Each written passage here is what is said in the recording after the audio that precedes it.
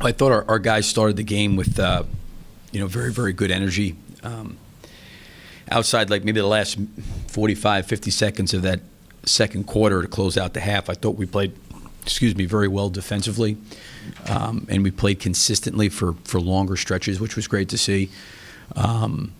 Offensively, certainly what Russell, what he does each and every day, how he, obviously generates shots for himself, for others, gets out in transition, rebounds. I mean, he obviously does so many things that impact our team and winning. But it was, I think coming at us last week or so, I think his leadership has really stood out just in terms of keeping the guys connected together, keeping them working. But then we got a lot of contributions from a lot of different guys. I thought Anthony Morrow really stepped up and helped us. I thought Jeremy Grant played well. Domas got in some foul trouble. I thought Ennis' second half was really impactful and helpful. So we got really contributions from a lot of different guys, and it was, I thought, overall a good defensive game. And the reason it was a good defensive game was because of the three-point line. And I don't necessarily think that it was all because of our defense, but we were more mindful about getting out there, and I thought that was just a difference in the game. What they shot from the line, and the fact that we got to the free throw line a little bit more than they did, and obviously didn't shoot it great from the line. But the three-point line, I thought, was a difference tonight.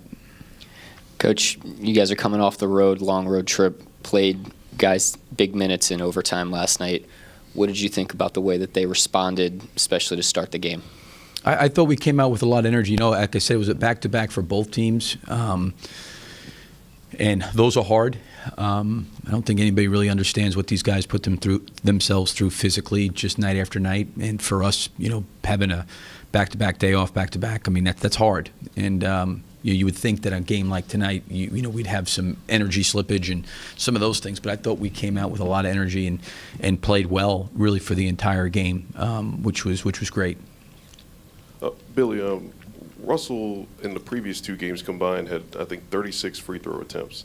And tonight in the third quarter, it looked like he got a little frustrated at times. I think he only had 2 over the entire game. And there were a couple other plays where there was some contact. What did you think about the disparity in the free throws from the previous couple of games to tonight? Yeah, I mean, I'll just say this, that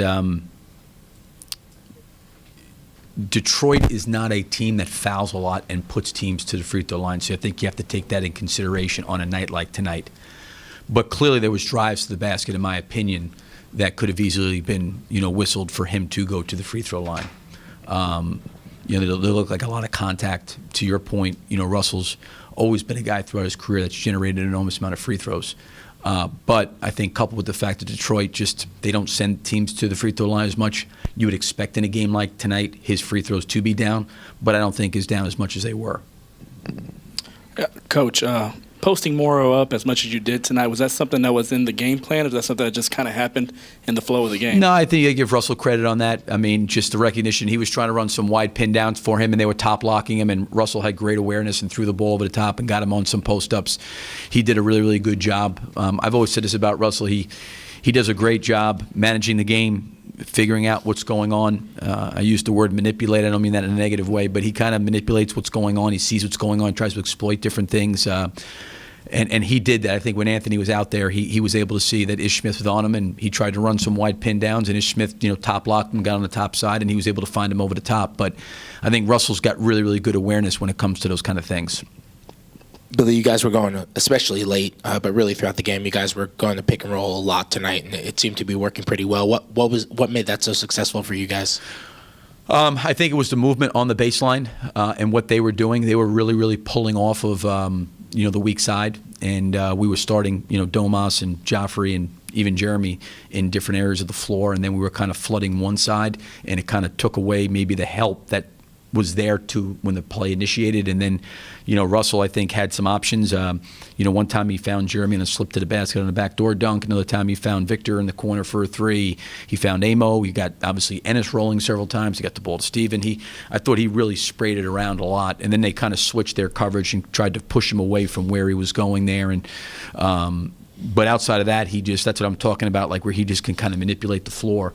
But we wanted to keep him in the middle of the floor, and we just tried to move around behind the basket where their help was where it started and maybe where we kind of vacated it, and then, allow Russell to do what he does. Are you guys best when you kind of get that big man drifting out of the paint and towards Russell so you can get that pocket pass or lob or whatever it is to the big? Well, again, and it also depends on, I think when you stand just stationary and come down and do that, it's a little bit easier to guard. So I thought we had some good movement behind the basket, guys moving to different areas, lifting the help, removing the help from certain areas. So that was encouraging. And then Russell also picked his points, I thought, where he actually drove the ball and had some finish at the rim as well. Billy, Russ picked up his 44th career triple-double tonight, moving past Fat Lever, nice tie with LeBron James. I know you're not focused on the numbers and all that stuff, but I mean, the history here is getting kind of ridiculous with what Russell's doing, putting himself in these categories, right? Well, he's extremely rare just because I've never seen a player be able to impact the game in the amount of ways that he can impact it. I mean that even from a standpoint of not even analytics statistically. I mean, he's impacting our team in terms of his leadership. He impacts our team in terms of raising everybody's energy.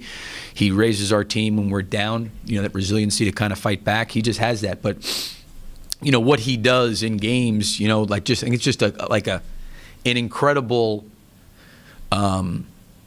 when you see those stats, he's impacting the game in like every possible fashion. I mean, the one offensive rebound he had in the beginning of the game, was unbelievable. And he had the layup and he kind of missed it there. But I mean, it was like the floor was like a trampoline, when he went up in the air. But he can do so many different things. And I think that's why he plays so fearlessly, in my opinion, because he knows that there's ways that, he's not just a one-way limited player that only can do a couple things. Like, he can do so many different things and impact the game in so many different ways. Coupled with the fact that he's been in the league for a long time, he's experienced, he's very bright.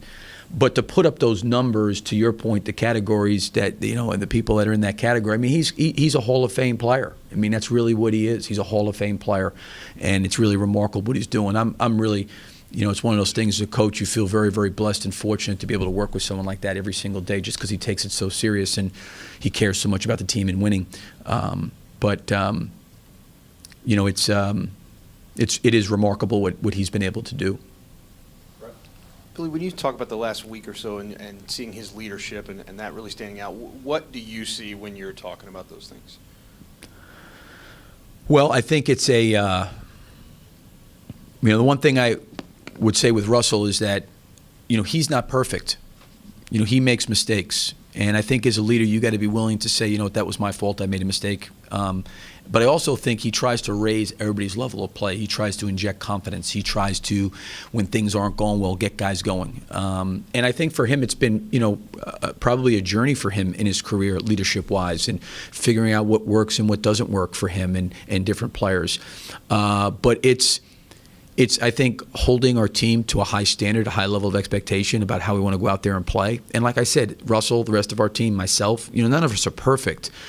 But you cannot argue and dispute the fact of how much he cares about winning the organization, the team, the community, everything all the way around. He takes it very, very serious. So, you see that on display all the time. And, like I said, it's his leadership, like stuff you don't get a chance to see that I see him doing when he invests time with Domas, or his relationship with Steven or Anthony Morrow, or, trying to talk to different guys or talking to Ennis. He really, I think, is very mindful of those things. Last question right here. Can you just comment on Morrow's performance in the last few games? His role and his performance have stepped up progressively.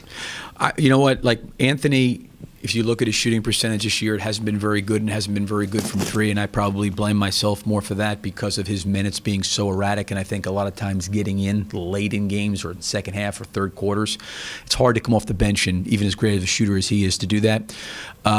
But, we wanted to give him a chance and a look, the last couple games and try to see if we could not get him into a rhythm. I've been really impressed and pleased with how hard he's competed on the defensive end of the floor.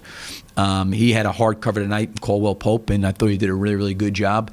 He had to guard some different people like Harris and Morris, and he hung in there and did a good job. So, from my perspective, with him is I give him a lot of credit because as a veteran and a guy that's been in this league, just a consummate professional to come every single day, like ready and understanding the length and time of 82 games and, always keeping himself ready. And it's the same thing with Nick Collison. Like, I never worry about, like, okay, these guys haven't played a lot. Are they going to be ready? they do a great job of taking care of themselves.